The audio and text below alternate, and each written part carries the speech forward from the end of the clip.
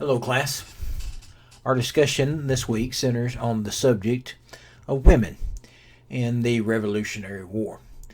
We were given instructions to read the appraisal of the historians Laurel Thatcher Ulrich's How Betsy Ross Became Famous and address several of questions within the article by choosing a woman from Revolutionary history from an available list of candidates. In my research of the listed women, I came across a name I was unfamiliar with, that of Molly Pitcher. Now, Molly Pitcher was not the real name of a woman during the Revolutionary War, but is instead a folk hero created from possibly two separate real-life individuals. To address the question of if the story of Betsy Ross did not exist, would other women of some other profession fill the shoes of a female revolutionary representative, Molly Pitcher, in my opinion, fits that category quite well.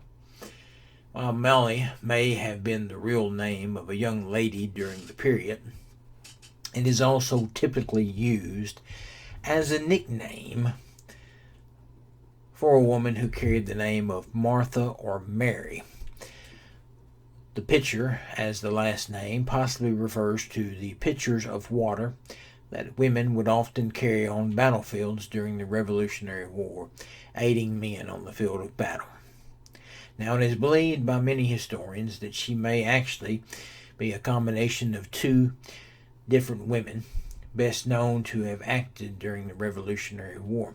One being Mary Ludwig Hayes, who is the young wife of a barber from Boston, William Hayes, who during the war enlisted and served as an artillery gunner in a Pennsylvania regiment.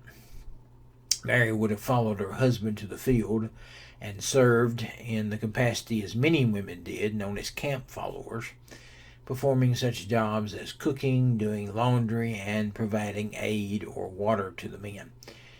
According to the story, Mary was in the process of providing water or aid during the Battle of Monmouth Courthouse in New Jersey on June the 28th, 1778. During the battle, her husband, who was manning an artillery piece, was wounded, and upon seeing her husband wounded, she dropped her water pitchers or whatever action she was aiding with and proceeded to assume her husband's place on the gun. Now, the only actual account we have concerning her actions come from the writings of a soldier that was there by the name of Joseph Plum Martin, who enlisted at a very young age and was present at the Battle of Monmouth.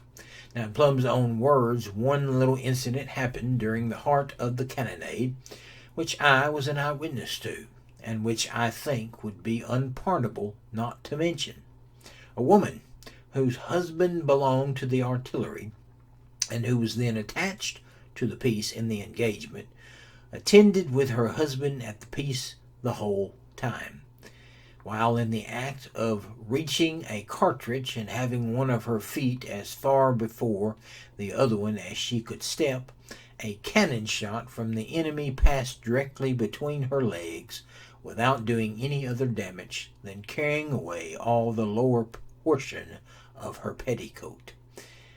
Looking at it with an apparent unconcern, she observed that it was lucky that it did not pass a little higher, for in that case it might have carried away something else and continued her occupation. It's also reported that Washington himself saw her actions and gave her the honorary name of Sergeant Molly. Now, Mary Ludwig Hayes would indeed receive a pension some years later from the state of Pennsylvania and have a marker placed at the location of her burial depicting her as Molly Pitcher after her death in 1832. Now, another possible woman meeting the criteria for Molly Pitcher was Margaret Corbin, who is said to have taken up actions on cannon when her husband was killed at Fort Washington on Manhattan Island on November the 16th, 1776. According to the story, Margaret continued working the gun even after being wounded in the shoulder, the chest, and mangling her jaw. She would never again regain the use of her left arm after the war and carry the name Captain Molly until her death.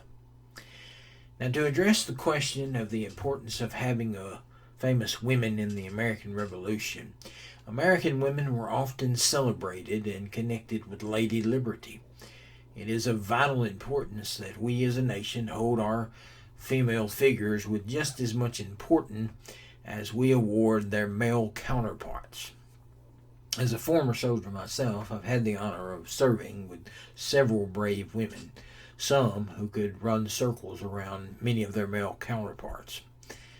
It was important to those involved in the war for independence, as it is today, to attach the acts of bravery and service to these female colonists as they too were battling for their freedoms.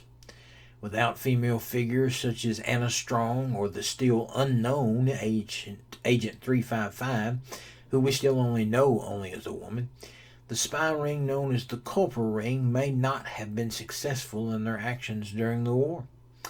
Placing these female counterparts alongside the names like John Adams, Hancock, Washington, and even Patrick Henry gives them a place of honor, understanding fully that they as well risked their very necks and lives for the freedom of this nation. Now, few people, if any, will give recognition to the name of Elizabeth Claypool. I certainly did not, nor do most connect it with Betsy Ross. It is, unfortunately, to many, a name that's been lost only to historians who have researched the true story behind Betsy Ross. And although it should hold a great deal of importance, it's been lost within the legend. But, even with the knowledge of the true person lost, the public's views and ideals of the historical Betsy Ross remain an image of importance in American history, a name we still attach to the very first flag of our nation, and the patriotic pride that we hold for our country. We as Americans do indeed love our legends, and we tend to make them larger than life often, especially those of our historical figures. Thank you.